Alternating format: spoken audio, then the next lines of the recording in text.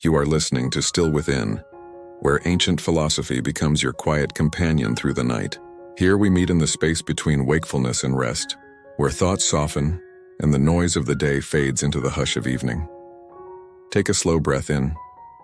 Feel the air move through you like a tide and let it fall gently, as if the world itself were exhaling.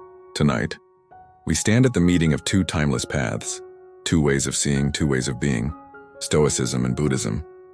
Different in their birthplaces, yet strangely united in their destination, the inner peace that does not depend on circumstance.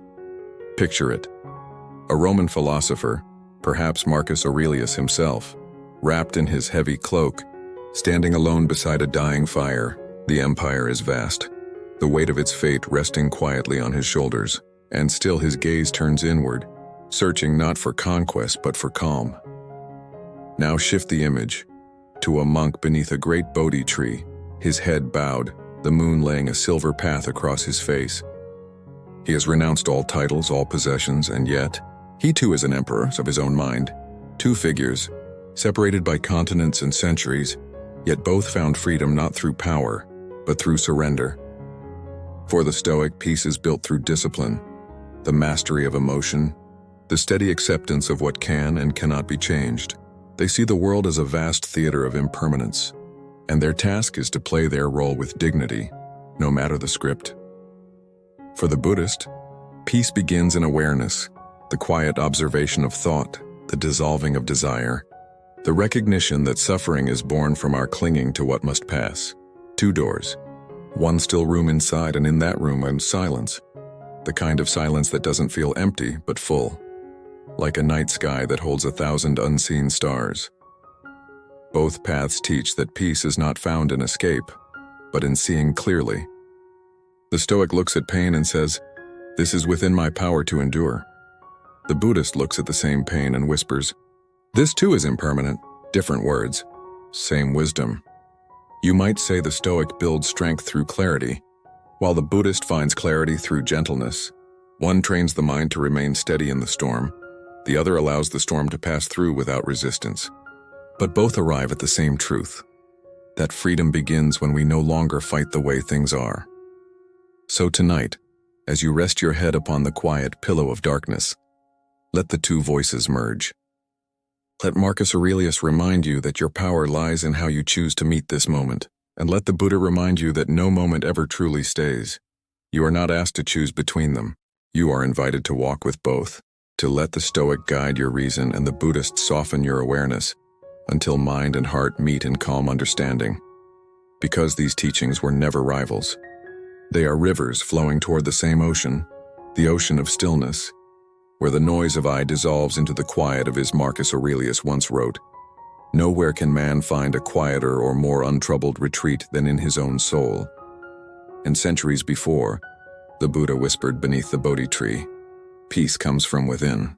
Do not seek it without." The same truth, carried by two winds, the same calm, spoken in two tongues. As you listen, let these teachings drift through you like soft rain on water. You don't need to grasp them. Just let them land and fade and ripple.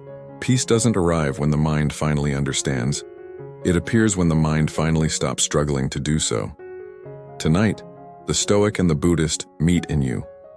Reason and awareness, discipline and surrender, effort and ease, each guiding you toward the same silent freedom that was waiting, patiently, all along. So breathe. Let go. The night doesn't demand anything of you. It only asks that you listen, for in this stillness you are not learning how to be peaceful. You are remembering that you already are. When the night deepens and the world turns quiet, most people look outward, to the city lights fading in the distance, to the stars that seem so far and cold. But the philosophers of stillness looked inward. For them, the real light was never outside. In the dim chambers of his palace, Emperor Marcus Aurelius would often write before sleeping. The oil lamp burned low beside his desk. Its flame flickered against the wax tablet where his thoughts took shape, not as proclamations to the empire, but as whispered reminders to himself. He wrote to calm his own restless mind. He wrote to remember what truly mattered, and in those private notes, later called meditations, we glimpse a man who was both ruler and student, a seeker of serenity under the weight of the world. "Do not act as if you had 10,000 years to live," he wrote. "While you live, while it is in your power, be good." For Marcus, the lamp was more than light. It was the symbol of reason, steady, disciplined, unwavering against the wind of emotion. Each night he trimmed the flame, just as he trimmed the noise of his own thoughts. To the Stoic, evening was a time of review, a sacred ritual of self-examination. They would ask themselves, "What did I do well today? What could I have done better?" Did I allow anger, fear, or vanity to rule me? It was not self-punishment. It was a kind of cleansing, washing the mind free of turmoil before sleep. The Stoics believed that peace came not from wishing the world were different, but from aligning one's mind with nature's quiet order. Now imagine another night, far from Rome. A soft wind stirs the trees. A monk sits beneath the full moon, his robe brushing the grass. No pen, no parchment, only breath. He watches thoughts arise and dissolve one after another. The moon reflects in his eyes, but his attention is turned inward. He too is examining his day, not through judgment but through awareness. In silence, he releases the attachments that still cling. He breathes in forgiveness, breathes out surrender. For the Buddhist, the moon is the symbol of awakening, always there, even when hidden by clouds. To meditate at night is to remember that clarity doesn't need daylight. It glows quietly behind every shadow. Marcus lit his lamp to strengthen the mind. The monk sat under the moon to empty it. Different gestures, same goal, to face the night without fear. The Stoic would say, "Guard your reason. Let no darkness of impulse consume you." The Buddhist would say, "Let go of the mind that clings and the darkness will vanish on its own." One sharp as iron, the other soft as water, yet both carving paths toward freedom. If Marcus Aurelius and the Buddha could sit together, perhaps they would say nothing at all. Perhaps they would simply share the silence, knowing it speaks a language older than words, a language the heart remembers. In our modern nights, we can borrow from both. Before you sleep, light a small lamp or simply close your eyes and notice your breath. Ask yourself gently, what burden am I still carrying? What can I release before I rest? You don't need to conquer the mind. You only need to see it clearly. As you watch, the storm quiets. The light returns, soft and unwavering. Marcus found peace in the act of reflection. The Buddha found peace in the act of letting go. But both discovered the same truth, that peace is not a distant goal. It is the quiet that remains when you stop running from yourself. Each night gives us that chance again, a small death of the day, a rebirth of awareness. The Stoic reviews, the Buddhist releases, and the soul between the two finds rest. As the lamp flickers and the moon drifts across the sky, remember this. Your peace does not depend on how much you control, nor on how much you abandon. It depends on how gently you meet what is. Let the lamp burn in your heart, the clear, steady flame of understanding. Let the moon shine in your breath and cool wide, forgiving, and let the two merge into one calm presence, watching over you as sleep approaches.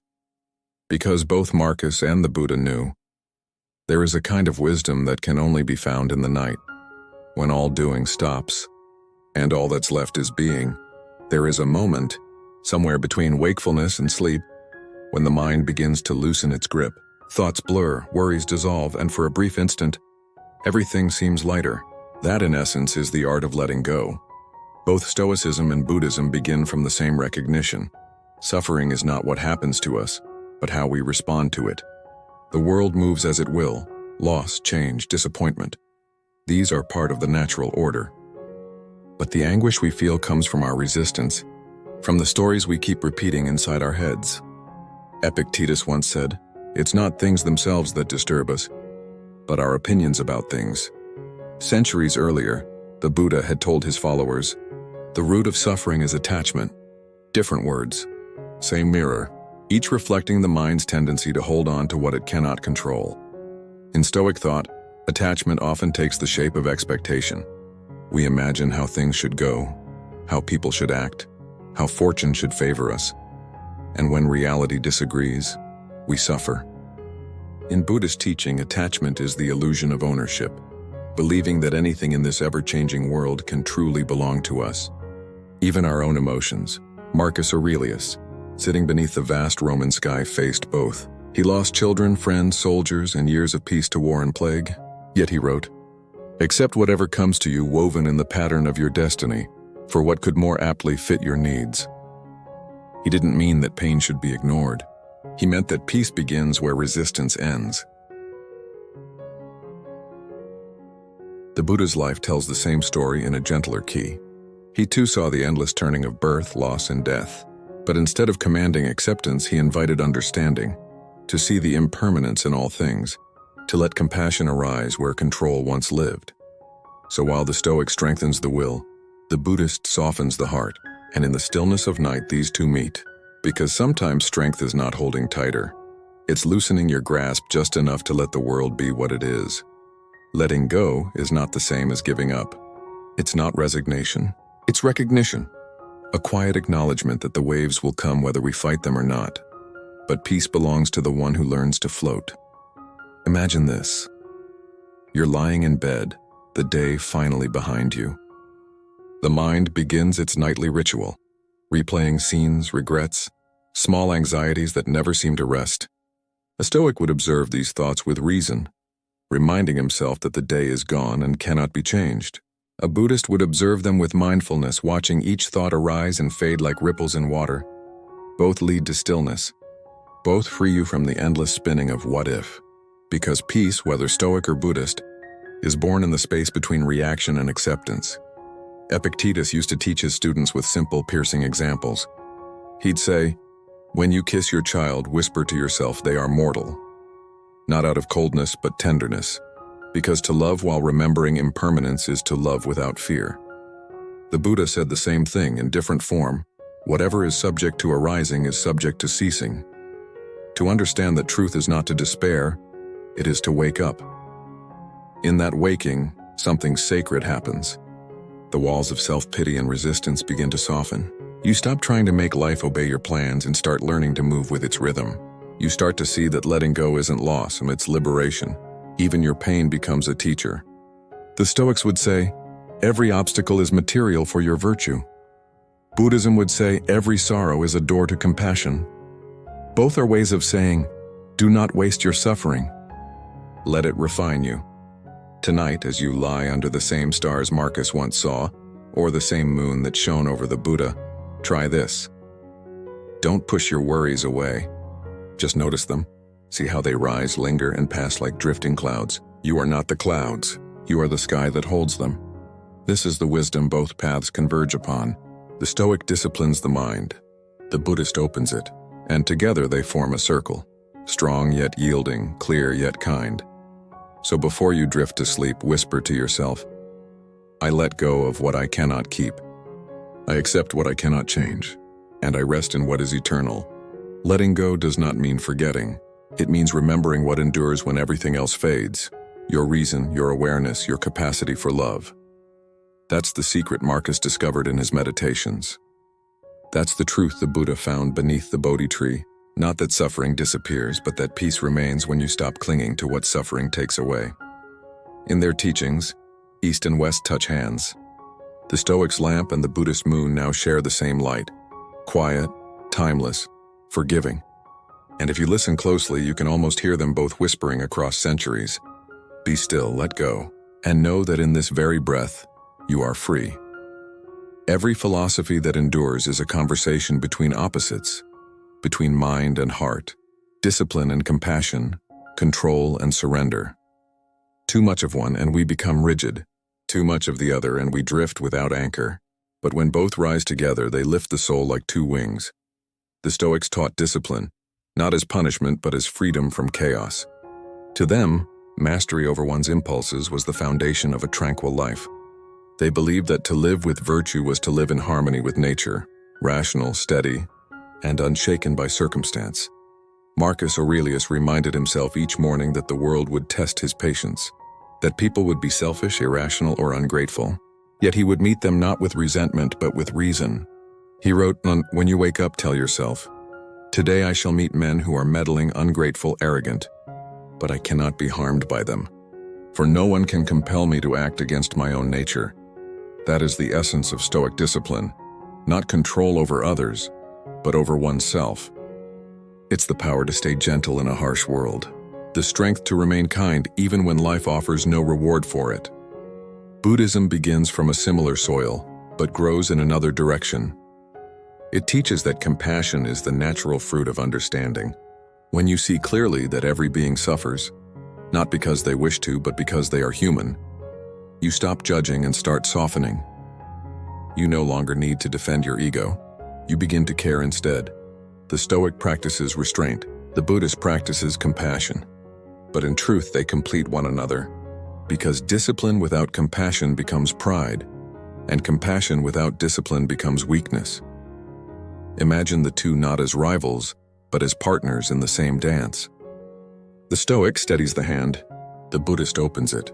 The Stoic stands firm, the Buddhist bows gently, and in that balance a rare peace is born, calm but alive, grounded yet luminous. Marcus once wrote, "Waste no more time arguing what a good man should be. Be one." The Buddha said, "Conquer anger with love, evil with good, the miser with generosity, and the liar with truth."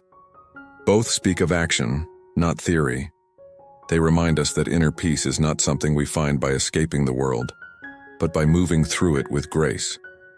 You can feel it now, that quiet harmony between strength and softness. It's not something forced, it's something remembered. Like breathing, like watching the tide rise and fall. And as you listen tonight, you may notice a simple truth unfolding in you. That peace is not the absence of emotion, but the mastery of it. It's the ability to let compassion guide your reason, and reason guard your compassion. This is how the Stoic and the Buddhist walk together. This is how the heart learns to think, and the mind learns to feel. If this reflection has brought a sense of stillness to your evening, take a moment, a quiet breath, and let it settle. If you wish to keep these nights of calm company close, stay with us. You are listening to Still Within, where ancient wisdom becomes your quiet companion through the dark, where stillness meets understanding and every story ends in peace. Let's return now to the rhythm of thought and heart, joined as one. Marcus Aurelius once faced a plague that tore through his empire. He could have collapsed under fear, but he didn't. He wrote, "You have power over your mind, not outside events. Realize this and you will find strength." That strength wasn't cruelty, it was clarity. The kind that comes when you accept life's fragility yet refuse to let despair define you. In the monasteries of the East, the Buddha's disciples practiced the same clarity through loving-kindness meditation, metta. They would silently repeat, "May I be well, may I be peaceful, may all beings be well, may all beings be peaceful." It is both prayer and discipline. The mind repeats it until the heart begins to believe it, until the sharp edges of the self soften into compassion, until your peace stops depending on who deserves it, and simply becomes who you are. In that space, Stoic discipline and Buddhist compassion are no longer two teachings, but one lived truth. You see that reason without empathy turns to coldness, and empathy without clarity turns to confusion. But together they form what every night seeker longs for: serenity with depth, kindness with backbone. So when tomorrow comes, and the world calls you back into motion, remember this: you do not need to choose between being strong and being kind. You can be both because true strength always contains mercy, and true mercy always requires strength. As you prepare for sleep, let the two wings of peace fold around you. Discipline whispers, "You are capable of calm." Compassion answers, "You are allowed to rest." And in that quiet dialogue, the world outside fades. All that remains is breath, and a presence that feels both ancient and new, the meeting place of the Stoic's lamp and the Buddha's moon. There comes a moment, near the end of the night, when silence becomes something almost sacred. It's not the silence of emptiness, but of understanding, as if the world itself exhales and for once everything is allowed to rest. In that quiet, both Stoicism and Buddhism meet. They do not ask you to believe, but to see what happens when you stop chasing, when you stop fighting the currents of your own mind. Because the peace you've been searching for isn't hiding somewhere out there. It's been waiting behind your breath all along. Marcus Aurelius often described life as a play, short, fleeting, but meaningful when performed with grace. He reminded himself not to fear the final act, but to meet it with dignity, to let go of what he couldn't keep. And somewhere in the forests of India, centuries before, the Buddha spoke of awakening, not as something to reach, but as something to remember. When the noise of craving falls away, what remains is clarity. What remains is love. The night has a way of stripping things down to what's true. All the plans, the comparisons, the noise of the day, and they lose their hold. And what's left is something simple, honest, unadorned awareness. Not the kind you have to earn, but the kind that's always been there, quietly watching behind your thoughts. The Stoics called this the hegemonikon, the ruling part of the mind, untouched by chaos.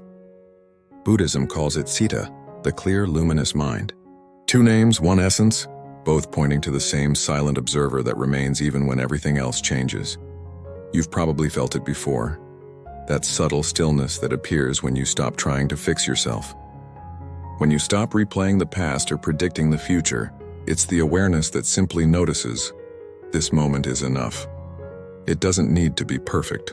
It doesn't need to last. It only needs to be met with presence, and presence once found feels like peace. Not the loud peace of victory, but the quiet peace of surrender. The kind that holds you instead of you holding it. Marcus said, "Look well into yourself. There is a source of strength which will always spring up if you will always look there." The Buddha said, "Peace comes from within. Do not seek it without." Two voices, worlds apart, yet saying the same thing, that awakening isn't an escape from life, but a full return to it. If you listen closely, you can almost hear them both now, not as teachers, but as echoes of your own awareness. Marcus standing under the Roman stars, the Buddha seated beneath the Bodhi tree, both quiet, both awake, both looking into the same infinite stillness that now surrounds you. You are part of that stillness. You've always been. Let the night remind you of this truth. When the world grows quiet, don't rush to fill the silence. Let it hold you. Let it speak in its own language, slow, patient, eternal. In it, you will find that your worries begin to fade like footprints in water. Your mind softens, your breath deepens, and your being returns to its natural rhythm. Steady, calm, unafraid. The Stoic finds order here. The Buddhist finds emptiness. And both find the same thing, freedom. Freedom not from the world, but within it. The freedom of knowing that nothing is missing. Tonight, as sleep approaches, you can let this awareness guide you inward. You don't have to chase enlightenment. You don't have to strive for perfection. You only need to be still, to breathe, to rest in what the night has already offered, a mirror, a pause, a return, because every night in its quiet mercy gives us a rehearsal for peace. It teaches us to release without fear, to trust that letting go is not an ending but a homecoming. So breathe in once more. Let your chest rise and fall like the sea at dusk. Let your body sink into the bed as if the earth itself were holding you, and let your thoughts one by one bow and fade into silence. The lamp of the Stoic has burned low. The moon of the Buddha drifts high. Their lights mingle above you. One steady, one soft, and together they whisper the same lullaby. You have done enough for today. You have thought enough, tried enough, carried enough. Now rest. Let stillness finish what effort cannot. This is not an escape from life. It is a return to it, through peace, through presence, through understanding. And when you wake again, may that calm stay with you, not as something you must protect, but as something that quietly protects you. Because the truest awakening doesn't happen at dawn.